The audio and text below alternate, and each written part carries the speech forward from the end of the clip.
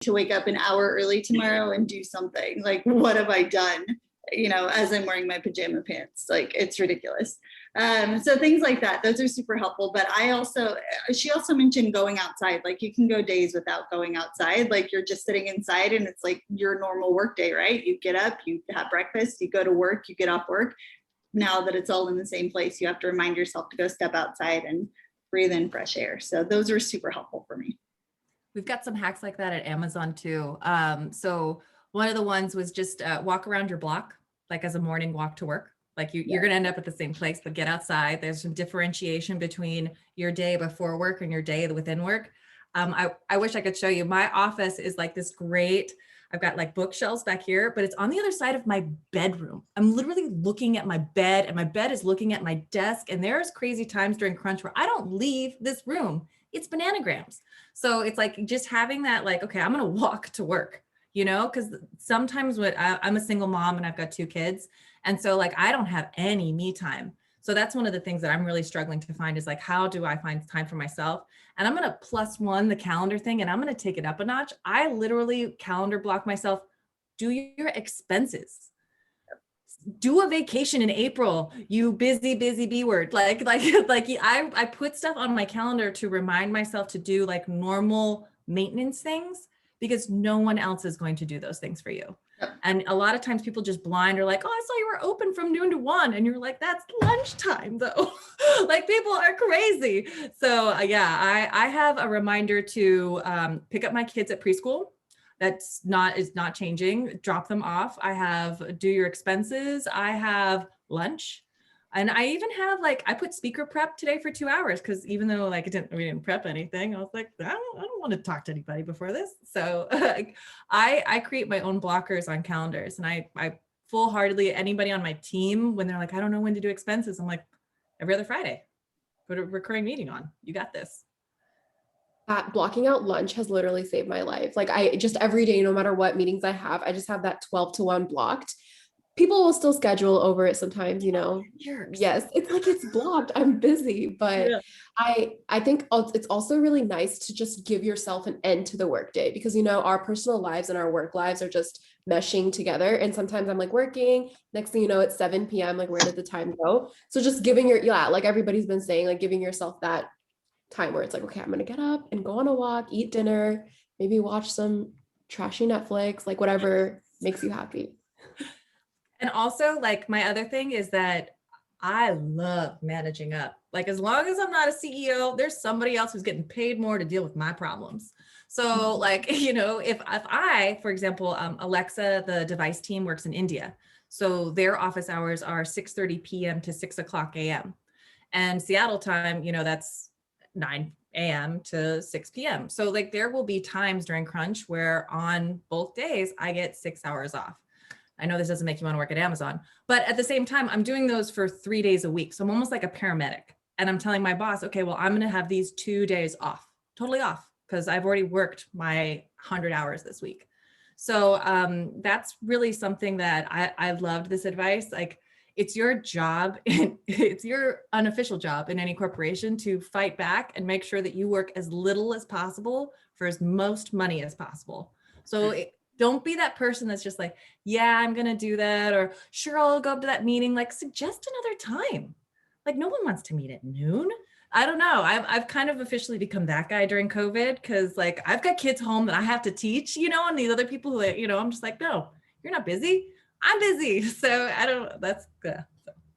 I love that. Actually, that find your voice. I think it's super important to especially now, using your voice and being able to really kind of set those boundaries. People will pile, like you said, Vanessa, they'll just overbook or double book you and keep going over your things. I've established you guys were talking about before in the panel, the color coded calendar situation. Laurel, I think, was going through this. I have established this anywhere I work. My calendar is everything. If my calendar is blocked, and I put my color codes at the top so people can see, my calendar is block scheduled, but I have my personal time, or whether it's self-development or it's my lunch break or whatever it is. I also have to put in, Email, exactly. Yes. And you have to schedule that in. Like, I'm sorry, I can't have a meeting. I have to actually also do my job.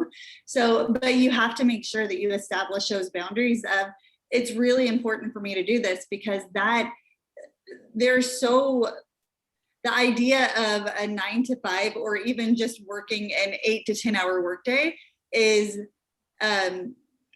it's gone. Like my boss used to say all the time, well, I've scheduled some time off, but we know how that goes. We're not actually taking time off. That's not okay. Like if you've taken time off, take time off. If you need some time in your day to do your work, let them know. Like, I'd love for you to set a time on my calendar. I use Calendly.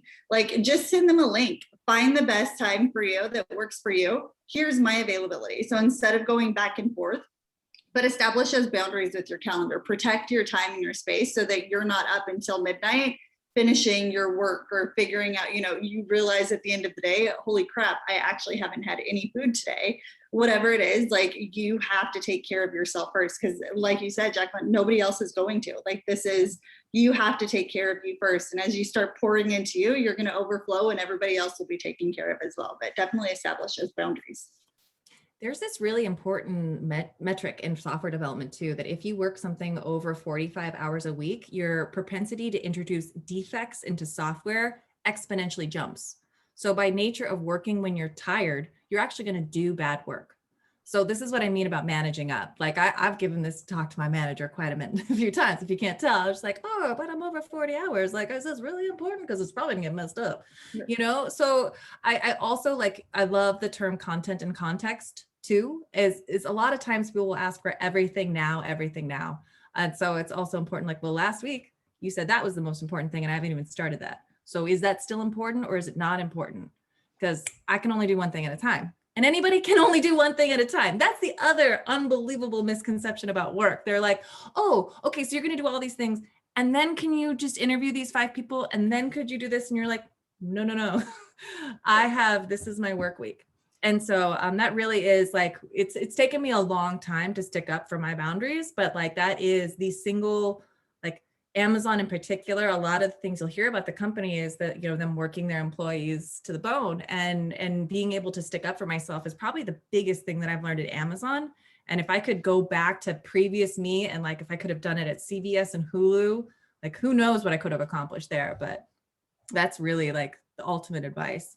People will ask you to do things they don't understand how to do all the time.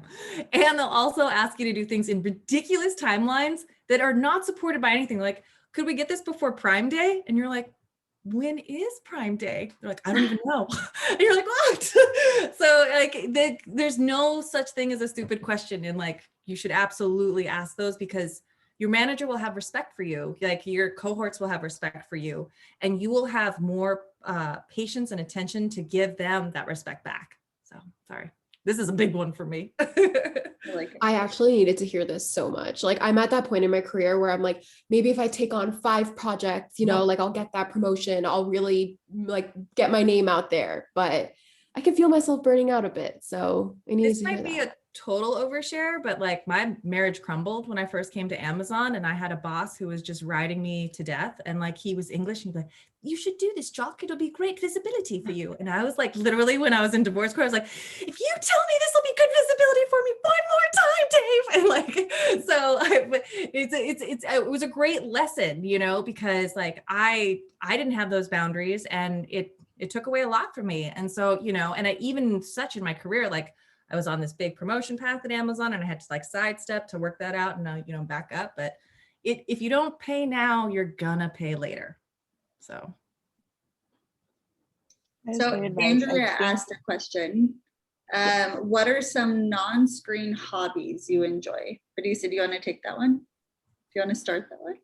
Yes, I can start that one. I recently started hiking and I love spending time in nature. That's I literally tell everyone, I'm I can't right now. I need to go on a solo hike and just be one with nature. Sounds very cliche, but I highly recommend. It's the only thing keeping me sane.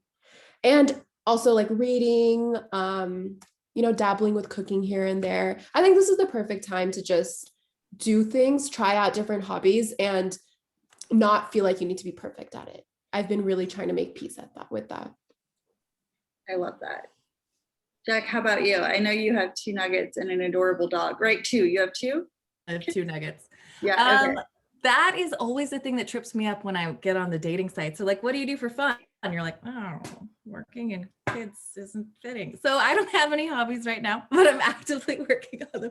But before COVID, I used to like doing activities that made me very present. So I was a boulderer. So that's like climbing without the rope. And I love that activity because I'm an introvert and an active thinker. And so I'm that person that wakes up in the middle of the night and is just like, oh my God, when I was a server at Old Spaghetti Factory, I didn't get table 5 water. Like I will literally think about this to this day. So there's just something about like being on the wall and being present that's like really great. And so I'm looking to find that other activity, but I candidly haven't found it yet. So I got like a rowing machine that I put in this other room and it's been used. So that's good. I mean, like once, but yeah, I'm struggling to find that myself, but I do the walk before and after work. And that is great. Like, I don't think that I guess I'm still weird, but I would be weirder if I didn't do it. I love it. My non-screen hobby. So this has been, I mean, for all of us, with no doubt, an insane year. But like looking at me now, if I put myself side by side right now to who I was a year ago or even a year and a half, I wouldn't even like. I think that now I'm like old and boring, and I got a dog and tied myself down and signed a lease. Like I've never signed a lease before. I was a wakeboarder out on boats year round, winter, summer. It did not matter like what the temperature of the water was. I was in the water, wakeboarding or surfing, traveling. I lived in Bali just before COVID, and I was actually supposed to move back there for a year in June, and they closed their borders down. So I couldn't go back. And then I got a case of, holy crap, I'm quarantined all by myself and I am so bored. And my eyes are rotting out of my head because I have literally no reason to get out of my bed other than to brush my teeth, put my hair in a ponytail, and put a nice shirt on and get back in bed for work. Like it's, I was like losing it. So I adopted a dog in December. And now I feel like I have all of the responsibilities. Like I have to get up, like you say that, you could tell, like now that should give you a very good idea of who I was pre-COVID. I can't imagine doing any of this with kids. Like kudos to you, Superwoman. Like I'm over here stressing about my dog. Like I have to get up early and walk the dog and feed this animal and all of these things. So now my hobbies are, honestly, I adopted him. So I am training. There's a lot of training that's happening, and I actually have fun doing that. Like that's actually my off-screen hobby really is. I don't just like, I'm not just doing brand like regular training. I am actually, he's a German Shepherd. So I'm teaching him jobs. So and tricks. So or games, I should say. We like to play hide and seek, but we also play hide and seek when it's pitch black so that he has to sniff and find the ball. He has jobs. So when it's dinner time, he has to bring his bowl to me and tell me it's dinner time. When he's done eating, he has to clean up after himself. So he brings his bowl back to me, or he puts it in the sink. If I'm not in the kitchen, he puts it in the sink. My kids don't even do that. Well, you see, that's the thing. I don't have kids. I have one dog, and he doesn't talk back to me. So, but like my kids understand English. Okay, well here I'll give you a dish. Boil some chicken and offer them treats. That's all I could give you. Oh. Yeah. So So those are my hobbies now. It's training my dog. With all kinds of fun things. And I just moved into an apartment. So now I moved into an apartment, a new apartment, signed a lease, never done that before in my life because again, Bali, Costa Rica, China, like I traveled and lived in all of these places and that's what I thought my whole life was going to be. And I signed a lease. So here I am with a dog tying me down. So those are my off-screen hobbies now. I'm a brand new person. Honestly. Are you still in SF, by the way? No, I moved to Walnut Creek. Oh. Yes, it was unaffordable to live there with a German Shepherd. And also people are not people are very afraid of German Shepherds. I did not realize. So I didn't know that. Oh yeah, like this is a huge thing. So I've also had to train him when people are approaching him or dogs are approaching him.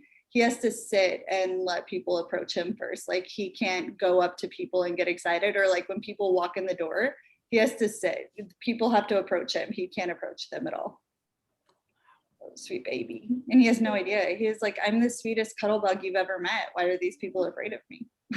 So my dog, he's 35 pounds and he's more Muppet than dog. And I've gotten like, cause now like he thinks he's the man of the house or something.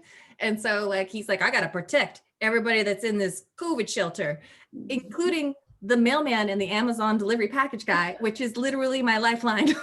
So I've had an animal stop hold put on my packages from my company because of my 35-pound dog. I'm just like, what? oh. So if you could teach me how to train a dog. Oh, look at this networking event. Yes. There it is. There it is. I'm telling you, What? it's like saving. Sorry, what? What's the animal stop hold? That's like They don't deliver your mail because they're afraid that the dog's gonna attack them. That's a thing. I didn't That's know a thing. that. You guys saw my dog, right? Come here. I was like, how could they think such a He thing? gets So really silly. protective. Like when the kids are in the house, he gets a little crazy. But Oh, yeah. that's a good thing. No. No. She's like, I want my packages. Let's think this through. Like I'm a robber, right? I'm a robber. And I'm like, oh, like I should go rob this house over here. This dog is showing me how cool this stuff is. I can quickly get in past this dog and then there's nothing there. When the other thing that I've noticed is that when someone actually does like make their way, like, you know, a Jehovah's Witness who's never stopped by a dog, by the way, like they'll just make their way all the way to the front door. He actually will lead them to the front door and then he'll hide behind me and bark at them.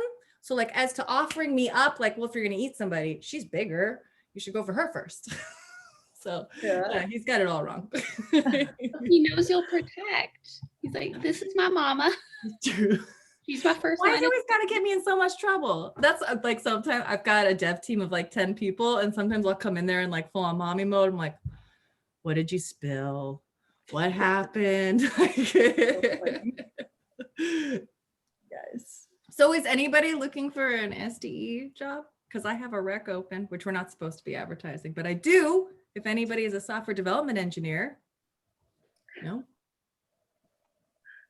I don't necessarily, I think like specialize in that field, but I'm definitely learning a lot of different types of really just subjects regarding IT, computers, everything. So I don't necessarily have something that I'm set on, but I feel like I'm just a good learner and I like to just learn and understand like really anything that I can. So I don't necessarily know exactly all the details behind that type of job position or like the daily functions, but I'm sure like I've delved into a lot of the kind of work that is involved with it, just with like my schoolwork and everything. We should connect after this. We can Of talk course. about programming languages you speak and stuff. And yeah, that'd be awesome. Hey, now Oh, we're sorry, okay. you said programming languages? Yeah. Oh, yeah. I'm kind of considering like that or project management between the two, but I know Python Nice. and JavaScript. So, Yes. and I like it. It's kind of like math. It's like computer math. Yeah. So I started out with TPM. So either way. Oh, okay. Yeah. Great. Yeah. TPM is really fun because it's more of like a strategic position. You don't have any resources, but it's almost, I consider it like a Game of Thrones. Did you watch that show at all? Yes, I did. Okay. So it's kind of like your little finger when you're a TPM and a project manager, like you just Right. kind of whisper to people and you're like, this would be a great idea. But Got it. then when you're like an engineer, you're actually like part of that army that's like going across the battlefield and making it happen. Yeah. And so like sometimes as little finger, you can kind of be SOL because your ideas don't do anything. But then, you know, other times you end up making an army go across the desert. So they're Right. pros and cons to all. What attracts you to program management? I myself am just very organized. Yeah. Do you list every day? Huh? You make a list for what you're I going to do? have a list. Yes. I have Where's mine? Monday, Tuesday, Wednesday for this week so far. And you know what else I have that when I was taking it up a notch? I got one of these things. Is this showing up? Oh, you can't tell. Is it the big calendar? It is. Oh, there it Yeah. This is my new desk pad. Yeah.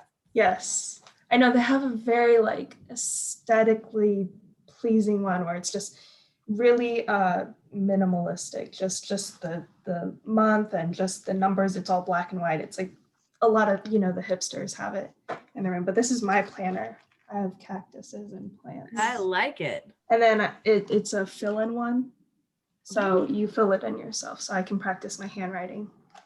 Because I thought that was a dying art. I'm glad that you are. Great. I would like to learn calligraphy. I really like cursive. Oh, that's cool. And yeah, and I feel like I do a lot of work with my hands. I'll like crochet. Oh, I do my own nails now because of pandemic. So I've been doing my own gel nails, which is like, much different than just painting and just letting it dry. A lot of steps, but yeah, so been doing a lot of that. Yeah, I just ordered it on Amazon. Just like a basic kit. You get a bunch of colors, top coat, base coat, and the little like UV light you got to get. Nice. And then lots of YouTube and just learning. And then there's this new cool thing that I got where it's nail polish pens. It's 5 of like primary colors like white, blue, yellow, red, and you have an app and it tells you how many pumps to do to mix together a certain color that you want. So instead of having like hundreds of nail polish bottles, you make your own. And it was like $20 on Amazon. So yeah. You work at Amazon. You should know this. No, I'm just kidding. Nail I polish. don't work on retail. I work on Alexa. I know. Yeah. Look this up. 600,000 people. work at this company. Your colleagues should have told you by now, but We don't talk yeah. to each other on elevators. But yeah, it's gel nail polish. I don't know if they make it for just like regular polish, but it's a gel nail polish. So, you make whatever color that you want. And then obviously it's going to last like 2 or 3 weeks or however long. But yeah, so that's one of my hobbies that I've taken on is doing my own nails. I don't have it on now, but I took off my fake like acrylic nails today because it was getting on my nerves. But yeah. All right, Alex, I have a really important question for you. Alex, if you're speaking, you're on mute. I thought we lost her. Okay, I have a question for everybody else too. If you had to I'm own still a here. dragon- Sorry about that. Here she is. All right, Alex, if you had to own a dragon or be a dragon, what would you be? I would be a dragon Why? because dragons can fly places and breathe fire. Yes. So What about like the I wouldn't have to deal with Muni. Muni? Yeah. Oh gosh, that is You horrible. don't even know how lucky you are to have Muni until you go to a place like Seattle. I went to school at Cal, and so like you guys have the fingers of public transportation like Seattle. I live in West Seattle. There's a bridge that connects my peninsula to downtown, so I should be 5 miles away from downtown. That bridge just broke during COVID. You can't Jesus. drive on it. And the fixed date, this is my favorite part. It's sometime in 2023. Wait, I'm concerned about how the bridge broke. The bridge that everybody was driving on just broke. Yeah, there were like structural cracks underneath. Oh no. And then they're like, I think for buses. And you're like, no, it's not safe for buses. Yeah. That happened to the Bay Bridge whenever it first went up. They realized, or it came out that they were using like faulty material in the bottom, and there was like this big lawsuit that went on about it. And so they had to rebuild the foundation of the new Bay Bridge just before it was opening up. Yes, because it was like recycled or reused or something, so it was all cracked. Can you hear my dog? I'm not sure what he Yes. is, but there's a party going on. Anyway, yes, so they had to redo. I can't focus. I'm sorry. I'm not sure. Somebody take over. No, it's the worst. So it's like all of a sudden, but it's almost kind of this nice incubating factor because no one wants to come here. And so it's like you can put your mask down at the park and stuff because no one's around. But okay, So wait how a would minute. one- Right, we've got one Oh. dragon. Oh, That's we have here. Mari, is that how you say your name? Yes. Own or buy, or own or be? I would be a dragon. Hell Why? yeah. Being a human, I mean, you can do a lot, but I think being a dragon is cooler. Much more fun. You get to go everywhere, whenever you want. I mean, same, I guess, if you had a pet, but I would like to be threatening and scary. That's right. No one's gonna mess with you if you're a dragon. Exactly. You're a dragon. You could breathe fire on them. All right, here's my second personality test. And you're right, by the way, it's be a dragon, because who wants to clean up dragon poop? Disgusting. Oh God, that would be a If you lot. had to wear one for the rest of your life, like the rest of your life, like even like maybe while you're sleeping, would you rather wear a cape or a fanny pack? Fanny pack. Why? Because I could put my phone and stuff in there. Practical. Mari, what about you? Same, I would wear a fanny pack. I could keep my snacks, so I'm never hungry. You could, You guys are downgrading the entering room gravitas for practicality. You see the design trade-off we're making here, right? Like you can your cape doesn't physically. I'm have- here. Pshaw! Like Oh, that's fair. who's Actually, gonna that needs to be material. what? I said, well, your cape doesn't necessarily have to be material. Like it's just like but that's true. That needs to be material. I missed that. But what if it That's chokes you when you sleep? Oh, that's kind of like the whole superhero thing, like why they no longer have capes in the Oh, what is no. that? The From The Incredibles? yes. Yes. Yes. Right. Have you guys seen the newest one, that the Dog Island one? Nah. No. Wait, the No. not no. Dog Island. It's on Disney Plus. It's Wes Anderson who does the Royal Tenenbaums. Yes, I love dogs, and it takes place in like Japan, right? Yes. Yeah, I love that film. It's so cute. It's so cute. It's really cool. Yeah. That was the first, I have to watch Wes Anderson's other stop motion, but that was the first one I watched. That was his stop motion, because I love all his other films. Me too. And yeah, it was really cute. And I'm Japanese, so I really like Oh, cool. seeing that in like a bigger movie with like a really big director. So yeah. That was great. That's Was the that other one in crazy theaters? thing. Oh, go ahead. Sorry, Bridget. Sorry, I was just gonna say, was that one in theaters? Was that the one that came out in theaters? Straight to Disney Plus. Like that's this is we're on the same wavelength. Did you hear that thing? Like theaters might die after COVID, and so might come direct out from now on. I don't So- know. I'm not. I haven't been to the theaters in a long time. Me I've either. actually- I made like a weird career turn because like I was getting into Alexa and I got out of like streaming video, and now streaming video is like the hottest thing. I'm like, no one wants a smart speaker now. No one's on the move. They're here. They want to sit down. There's So, something so magical though about paying $15 for popcorn. Like it really is. It And just an tastes better. icy. And an icy. Don't forget the icy. And the Dolby surround sound.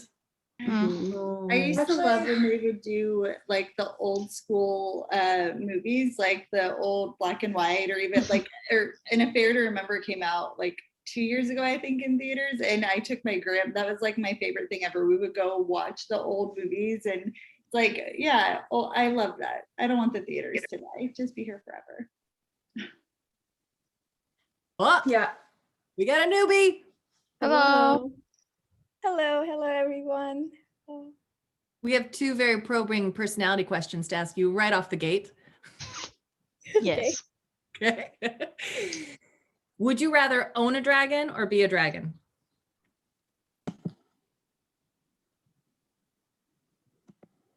That's a tough one. Own a dragon or be a dragon. Own a dragon secretly, maybe? Ooh, why is that? I don't know. For your enemies. Just thought of that.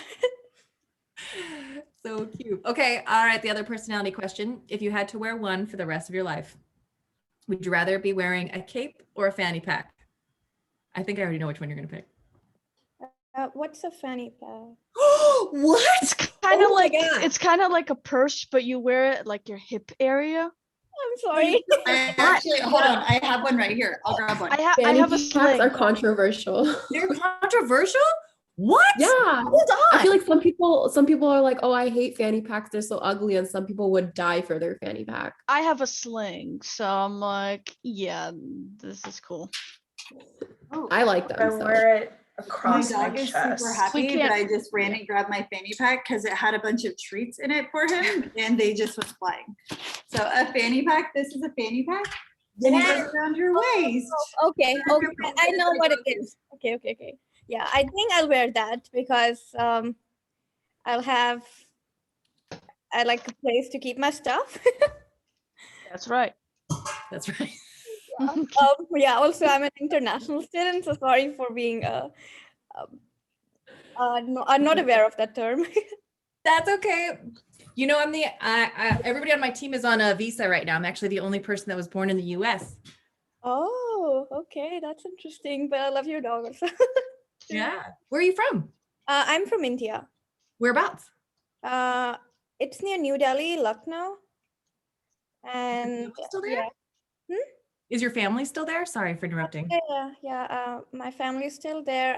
So this is my second year at San Francisco State. Yeah, and I'm in SF right now.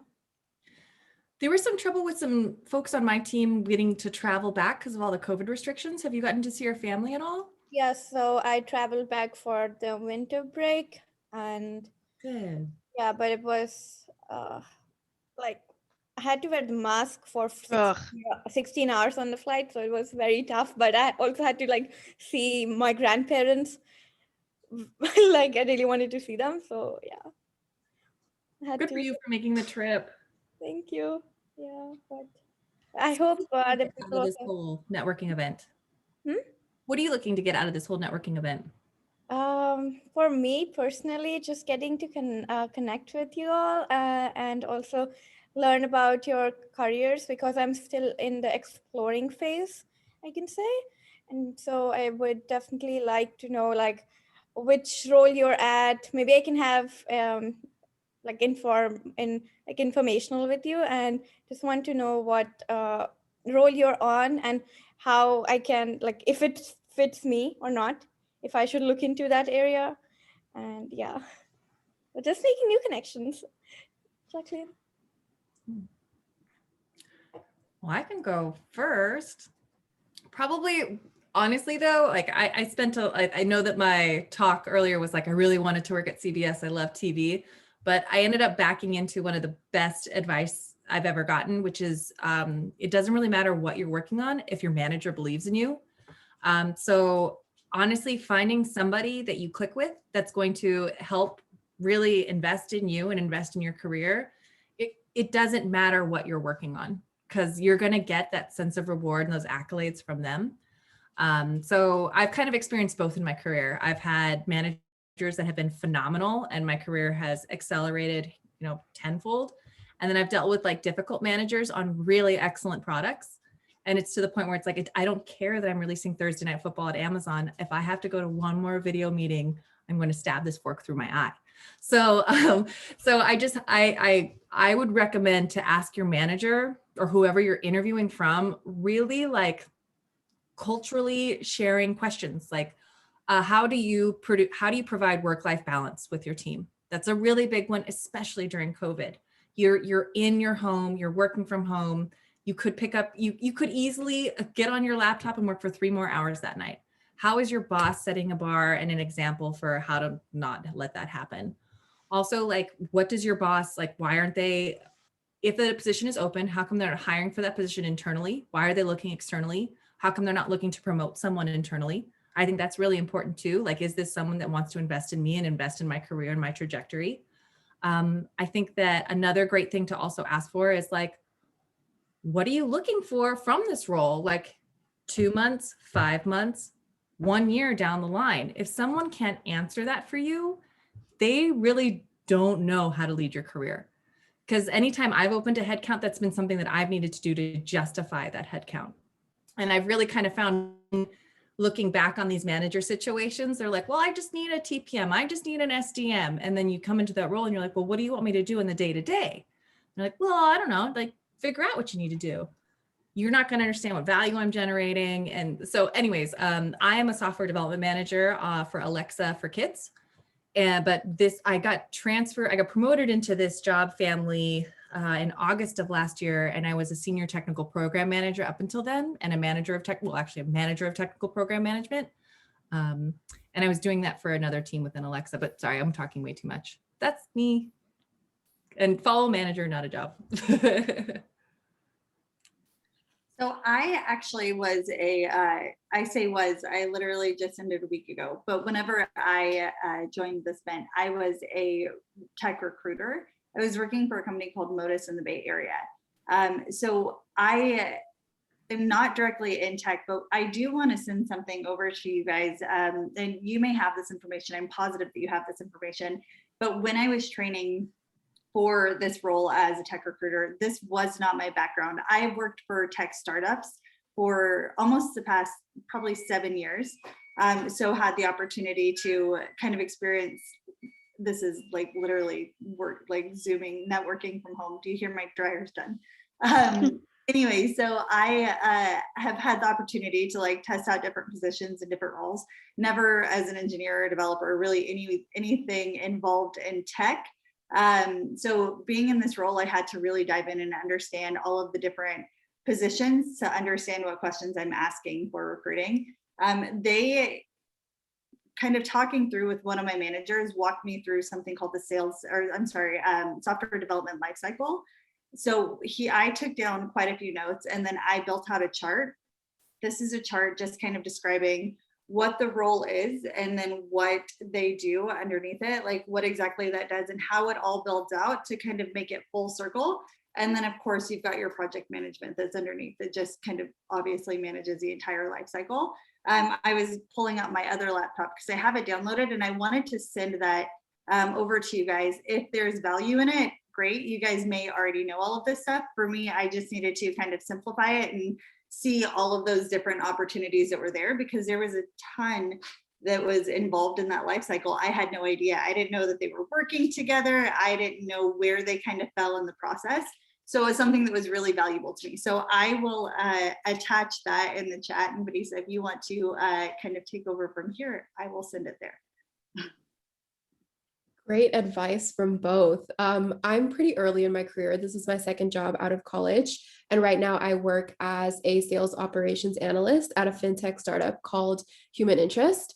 In my role, I work with the sales and partnerships teams just to, help them with all their reporting and dashboards and process updates. It's a very fast-paced, fun role that I'm still learning. It's been like 1 year on the job. So like I was talking about earlier, like really trying to get my name out there and just try to advance in my career. So I like it. If you're into analytics and data, I would recommend.